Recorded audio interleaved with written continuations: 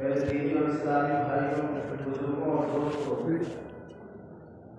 اللہ رب العزت کا احسان عظیم ہے کہ اللہ تعالیٰ نے ہمیں ایمان والا بنایا، ایمان کی دولت سے نوازا۔ اسلام کی بنیاد جن 5 چیزوں کے اوپر ہے ان میں سے دوسرے نمبر پر ہے نماز پڑھنا۔ حدیث شریف کے اندر کہا گیا کہ اسلام کی بنیاد 5 چیزوں کے اوپر ہے، ان میں سے سب سے پہلی چیز ہے کلمہ شہادت کی گواہی دینا، اس بات کی گواہی دینا کہ اللہ تعالیٰ کے سوا کوئی معبود نہیں، اور دوسرے نمبر پہ اس بات کی گواہی دینا کہ جناب محمد رسول اللہ صلی اللہ علیہ وسلم اللہ تعالیٰ کے بندے اور اس کے رسول ہیں۔ اللہ کے فضل و کرم سے ہم سب اس کی گواہی دیتے ہیں۔ اللہ تعالیٰ ہمیں اس کے تقاضے کے اوپر عمل کرنے کی توفیق عطا فرمائے۔ دوسرے نمبر پر ہے اقامۃ الصلاۃ، نماز کو قائم کرنا۔ آج ہم اسی کے تعلق سے کچھ باتیں جانیں گے۔ ایک ہوتا ہے نماز پڑھنا، نماز ادا کرنا، اور ایک ہے اقامۃ الصلاۃ، نماز کو قائم کرنا۔ اقامۃ عربی زبان کا لفظ ہے، اس کے معنی آتے ہیں سیدھا کھڑا کرنا، سیدھا کھڑا کرنا، دائیں بائیں کہیں بھی جھکا ہوا نہ ہو۔ تو نماز کو سیدھا کھڑا کرنے کا کیا مطلب ہے؟ نماز کو سیدھا کھڑا کرنے کا مطلب ہے کہ نماز کے فرائض، واجبات اور سنت وغیرہ کی رعایت کر کے اچھا سے اچھا اور بہتر سے بہتر طریقے سے اس کو ادا کرنا۔ جیسے نماز جماعت کے ساتھ ہے، جماعت کے ساتھ نماز پڑھنا واجب ہے، ضروری ہے، تو بغیر جماعت کے اگر نماز پڑھیں گے تو یہ نماز اقامۃ الصلاۃ نہیں ہے، اس کے اندر ایک کمی پیدا ہوتی ہے۔ اسی طریقے سے نماز کے اندر قضا اگر ہم نے کر دیا تو قضا نماز یہ اقامۃ الصلاۃ کے اندر نہیں ہے۔ نماز کو سیدھا کرنا یعنی مکمل اہتمام اور پابندی کے ساتھ فرائض، واجبات اور سنتوں کی رعایت کرتے ہوئے جو اگر نماز ادا کی جائے گی وہ اقامۃ الصلاۃ ہے۔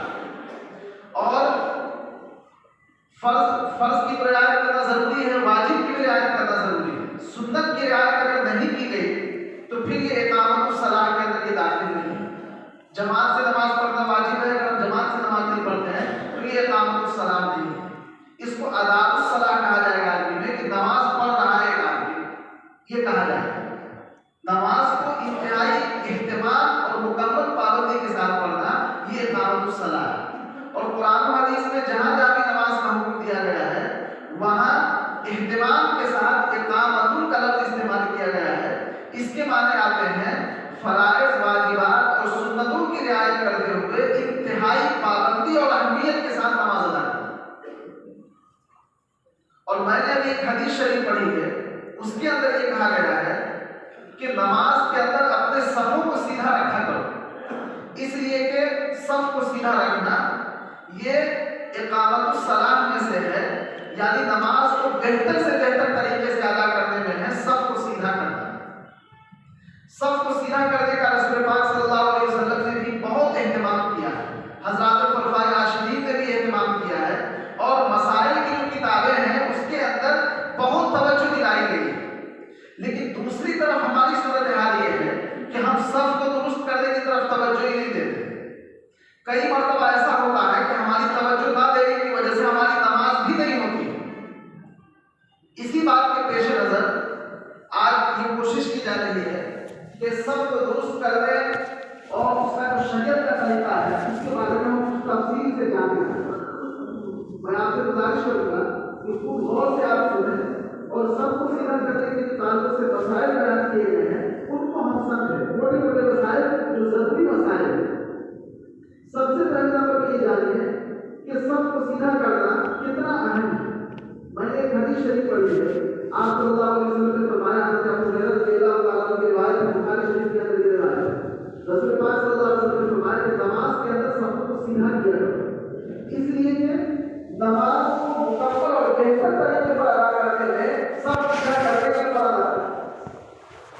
ایک دوسری حدیث میں کہا گیا کہ نماز کے اندر جو سب لگائی جاتی ہے اس کو بالکل اہتمام کے ساتھ سیدھا کرو، نہیں تو تمہارے درمیان آپس میں اختلاف پیدا ہو جائے۔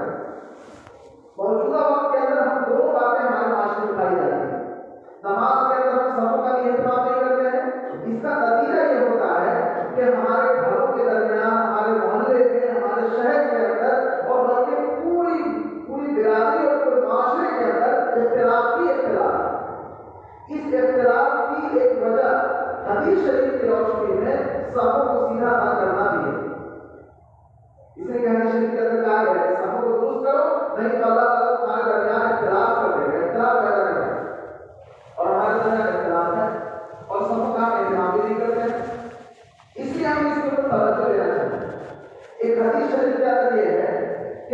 آدمی سبوں کو درست کرتا ہے اور ملا کر کے رکھتا ہے، اللہ تعالیٰ اس کو اپنی رحمت کے ساتھ جوڑ دیتا ہے۔ اور جو سبوں کے اندر ٹیڑھا میرا کرتا ہے، صحیح سے نہیں کھڑا ہو گیا، تو اللہ تعالیٰ اس کو اپنی رحمت سے ہٹا دیتے ہیں۔ یہ روایت حدیث شریف کی مشہور کتاب نسائی شریف اور ابو داؤد شریف کی ہے۔ اب ہمیں دیکھ لینا چاہیے کہ ہم سبوں کا اہتمام کرتے ہیں کہ نہیں کرتے، سبوں کو درست کرنے کا اہتمام نہیں کرتے۔ حضرت جابر رضی اللہ عنہ کی روایت ہے، آپ صلی اللہ علیہ وسلم نے فرمایا کہ نماز کے مکمل ہونے کے لیے سبوں کو درست کرنے کا بڑا اہتمام کرنا چاہیے۔ اس کا حاصل یہ ہے کہ فَإِنَّ إِتْمَامِ الصَّلَاةِ إِقَامَةُ الصُّفُوفِ، کہ نماز کے تمامیت اور مکمل ہونے کے لیے ہے کہ سبوں کو درست رکھا ہے۔ خود حضرات خلفائے راشدین میں سے حضرت عمر رضی اللہ عنہ کا جب زمانہ تھا تو انہوں نے کچھ برتن مقرر کر رکھے تھے۔ اس کی ڈیوٹی یہ ہوتی تھی کہ جب نمازی نماز کے لیے کھڑے ہو جائے تو تمام صفوں کا جائزہ لے کر کے وہ رپورٹ پیش کرے کہ سب پوری طرح سے ٹھیک ہو چکی ہے، تب حضرت عمر رضی اللہ عنہ نماز شروع کیا کرتے ہیں۔ ایک روایت میں یہ ہے کہ حضرت عمر رضی اللہ عنہ سب لگا دینے کے بعد صفوں میں گھوم گھوم کر کے چیک کرتے ہیں، جہاں پر بھی سب آگے پیچھے ہو وہاں پر پٹائی کرتے تھے حضرت عمر رضی اللہ عنہ۔ اتنا اہتمام کیا گیا سب کو درست کرنے کا۔ اس لیے ہمیں نماز کے اندر سبوں کے درست کرنے کا اہتمام کرنا چاہیے۔ دوسری بات یہ ہے کہ سب ہم کیسے لگائیں، اس کا طریقہ یہ ہے کہ سب لگانے میں پہلی سب کے اندر بڑے لوگ کھڑے ہوتے ہیں، کہیں بڑے لوگ زیادہ، جیسے یہاں پہ نابالغ بچے بہت کم ہیں، تو اس کے اندر جو ہے جتنے بھی بالغ لوگ ہیں ان کی سب پہلے لگائی جائے، اور امام کے بالکل جسٹ پیچھے ایسا آدمی نماز کے لیے کھڑا ہو کہ اگر کوئی وقت ایسا آئے کہ امام صاحب کو جانے کی ضرورت پڑ جائے، مثال کے طور پر نماز کے دوران امام صاحب کو الٹی ہو جائے، اللہ کرے کہ کبھی ایسا نہ ہو، کبھی امام صاحب کے ناک سے خون گرنے لگے، کبھی کسی اور طریقے سے امام صاحب کو وضو ٹوٹ جائے، تو ایسے موقع پر شریعت کا حکم یہ ہے کہ امام صاحب اپنے پیچھے والے کو کھینچ کر کے آگے مسلے کو کھڑا کر دیں گے اور وہ چلے جائیں گے باہر۔ یہ شریعت کا حکم ہے۔ اس لیے حدیث شریف کے اندر کہا گیا کہ میرے پیچھے یعنی امام کے پیچھے، رسول پاک صلی اللہ علیہ وسلم کے زمانے میں رسول پاک صلی اللہ علیہ وسلم امام ہوا کرتے تھے، تو فرمایا یعنی منکم اولو الاحلام، اور کما قال صلی اللہ علیہ وسلم کہ میرے جسٹ پیچھے یعنی امام کے بالکل پیچھے وہ آدمی کھڑا ہو جو ایسا ہوشیار آدمی ہو جو نماز کو مکمل کرا سکتا ہو۔ اب اگر کوئی ایسا ویسا آدمی کھڑا ہو گیا اور امام صاحب اس کو کھینچ کر کے آگے کریں گے تو لڑنا شروع کر دے گا، اتنی ہمت کیسے ہوئی کہ کھینچ لیں میں نماز پڑھوں۔ اس لیے حدیث شریف کے اندر تعلیم دی گئی اور مسئلہ یہی ہے کہ امام کے پیچھے جو ایسا آدمی کھڑا ہو اہتمام کے ساتھ جو نماز کو مکمل کرا سکتا ہے، تو سب لگانے کے تعلق سے یہ طریقہ بیان کیا گیا کہ پہلے بڑے لوگوں کی سب لگے گی اور امام صاحب کے جسٹ پیچھے وہ آدمی کھڑا ہوگا جو نماز امام صاحب کو کوئی عذر پیش آ جائے تو وہ پیچھے والا آدمی نماز کو مکمل کرا سکتا ہے۔ اس کے بعد بچوں کی سب لگائی جائے گی، نابالغ بچوں، اور اگر کہیں جماعت میں عورتیں بھی ہوں تو بالکل عقیم ہے، رسول پاک صلی اللہ علیہ وسلم کے زمانے میں آپ صلی اللہ علیہ وسلم کی برکت حاصل کرنے کے لیے اور نصیحت حاصل کرنے کے لیے عورتیں بھی مسجد کے اندر جایا کرتی ہیں، تو سب سے پیچھے عورتوں کی سب لگائی جائے۔ لیکن کہیں پہ ایسا ہو کہ بس ایک امام اور ایک مقتدی ہے، یہ جو ابھی مسئلہ بیان کیا گیا کہ ایک امام ہے اور مقتدی بہت سارے ہیں، اس وقت مسئلہ یہ ہے اگر مقتدی بہت سارے ہیں بلکہ ایک ہی مقتدی، چاہے وہ ایک مقتدی بڑے پردوں میں سے ہو یا کوئی بچہ ہو، تو اس صورت کے اندر امام صاحب کے بائیں طرف مقتدی کھڑا ہو، امام صاحب کے بائیں طرف، اس طرف امام صاحب کھڑے ہو جائیں گے اور الٹا ہو جائے۔ اگر ایک مقتدی ہو اور ایک امام ہو تو مقتدی امام صاحب کے دائیں طرف اور امام صاحب مقتدی کے بائیں طرف، جیسے آپ ادھر کی طرف کو دیکھیے، ادھر مقتدی کھڑا ہو جائے اور امام اس طرف کھڑا ہو جائے، ایک اگر امام ہو اور ایک مقتدی